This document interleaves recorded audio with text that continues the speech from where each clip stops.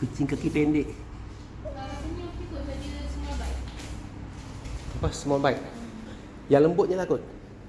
Lembut, dia ni yang makan biasanya tu makanan yang Gibal lah. kita belai. Ha. Dia okey. Okey Tu apa nama? Body. Dia banyak. Kalau untuk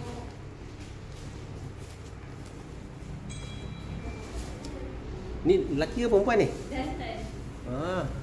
ramai kan? Tapi- Kucing bos. Tapi kucing kaki pendek ni biasa dia sakit belakang. Susul mandi, disusul kilas. Ni import lah kan? Hmm. Malaysia tak ada kucing ni. Siapa nama? Nama dia Roger. Roger. Hmm. Oh, putih sangat.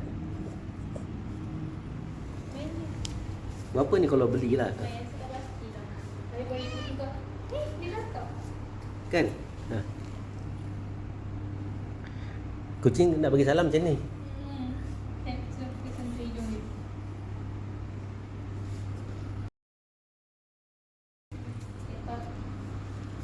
Apa kata katil?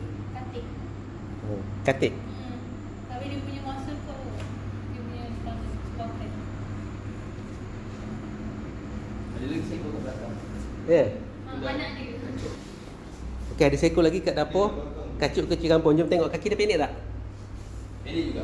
Ya. Yeah. Pendek juga. Oh, yang bawah tu. Oh, dah dewasa anak dia. Yang tu tua lah. Ya. Kaki pendek juga. Ni jantan. Tu mak dia.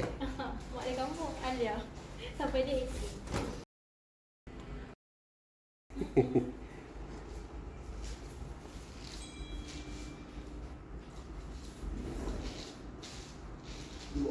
Oh, dia ikut muka mak dia. Kaki kat bapak. Daripada jantan. Dia memang dah mandul lah. Yang bapak dia tak mandul lagi lah. Mandul dah. Ya ke? Ya. Tak adalah anak macam ni lagi. Tak ada dah. Aduh. Dia dah tak takut dah.